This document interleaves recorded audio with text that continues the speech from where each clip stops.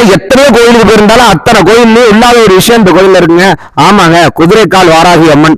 இந்த குதிரைக்கால் வாராகி அம்மனை கும்பிடுறவங்க வாழ்க்கையில என்னைக்குமே பஞ்சம் கஷ்டம் துன்பம் எதுவுமே அண்டாதுங்க. மழை போல எத்தனை துன்பங்கள் வரும்பொழுதும் குதிரைக்கால் வாராகி அம்மனை கும்பிடுறவங்க வாழ்க்கையில பல நன்மைகள் நடக்கும். திருமண காரியம் நடக்கலையா, குழந்தை பேர் இல்லையா, வீடு கட்டாம தடப்பட்டு இருக்குதா, இப்படி எத்தனை பிரச்சனைகள் இருந்தாலும் இந்த குதிரைக்கால் வாராகி அம்மனை மனசார வேண்டிக்கிட்டா கண்டிப்பா நடக்குங்க.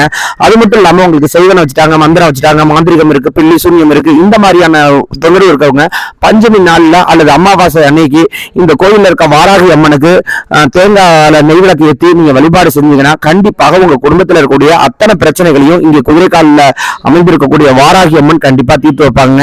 இந்த குதிரைக்கால் வாராகி அம்மனோட இன்னொரு சிறப்பு என்னன்னு கேட்டீங்கன்னா, நீ கூப்பிட்ட குரலுக்கு ஓடி வரதுனாலதான் என்னமோ இது குதிரைக்கால் வாராகி அம்மன் சொல்றாங்க.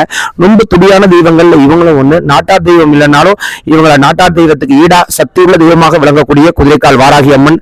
மனமாற வாங்க, பக்தியோட வாங்க. சக்தியுள்ள தெய்வமா இருக்க குதிரைக்கால் வாராகி அம்மனை அமாவாசை அன்னைக்கோ அல்லது பஞ்சமி அன்னைக்கோ வந்து வழிபாடு செய்யுங்க. கண்டிப்பா நீங்க எதிர்பார்க்கிற காரியம் குதிரைக்கால் வாராகி அம்மன் செஞ்சு தருவாங்க. ஓம் சக்தி, ஓம் நமோ வாராகி போற்றி.